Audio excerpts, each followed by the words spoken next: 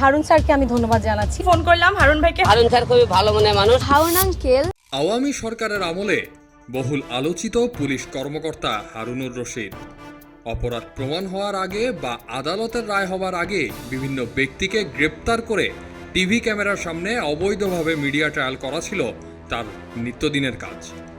Fashion sense, অপরাধীদের ধরতে cinematic স্টাইলে অভিযান চালানো সহ নানা নেতিবাচক কারণে সমালোচিত হন তিনি।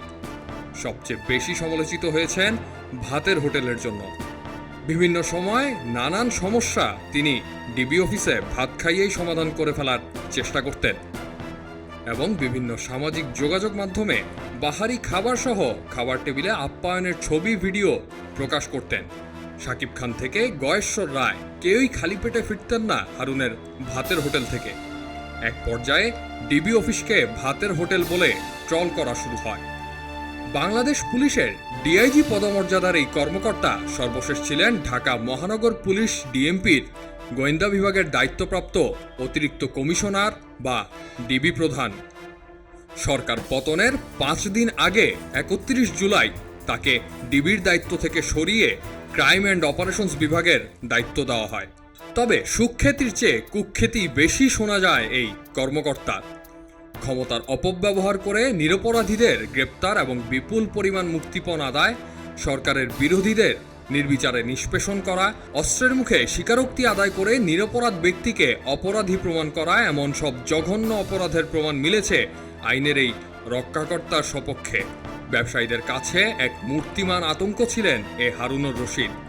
ঘুষ, দুর্নীতি, চাঁদাবাজি, জিম্মি করে অর্থ আদায়, মারধর, জমি বাড়ি প্লট দখল, ফ্ল্যাট দখল, গুম খুন, হত্যা, অর্থ পাচার, মিথ্যা মামলা দিয়ে হয়রানি, আটকে রেখে নির্যাতন, নিয়োগ বাণিজ্য, নারী কেলেঙ্কারি সহ হেন কোনো অপরাধ নেই যার সঙ্গে জড়াননি হারুন।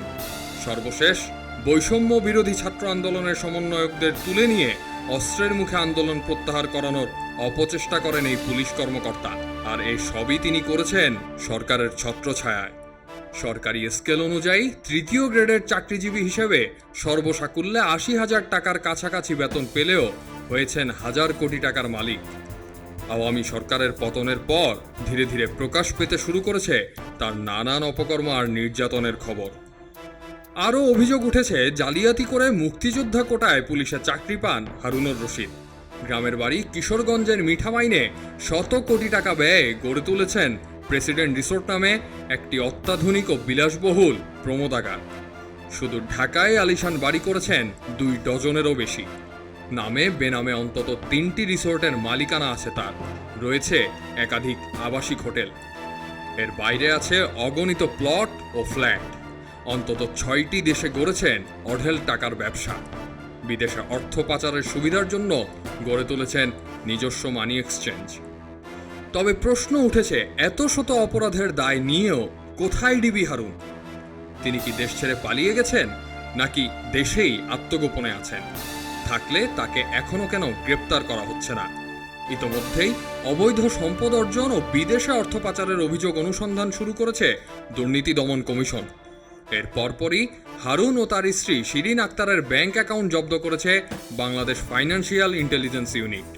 13 বছর আগে 2011 সালের 6 জুলাই সংসদ ভবনের সামনে তৎকালীন বিরোধী দলীয় চিফ হুইপ বিএনপি নেতা জয়নুল আবেদিন ফারুককে মারধর করে আলোচনায় আসেন তৎকালীন ডিএমপির তেজগাঁও জোনের অতিরিক্ত উপকমিশনার এই হারুনুর রশিদ।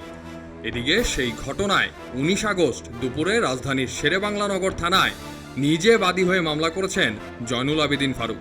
হারুন কোথায় আছেন তা নিশ্চিতভাবে জানা না গেলেও অসমর্থিত সূত্র বলছে তিনি সহ আরো কয়েকজন উচ্চপদস্থ পুলিশ কর্মকর্তা রয়েছেন নিরাপত্তা হেফাজতে।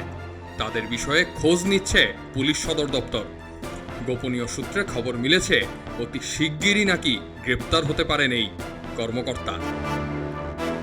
আহমদ সিফাত, খবরের কাগজ।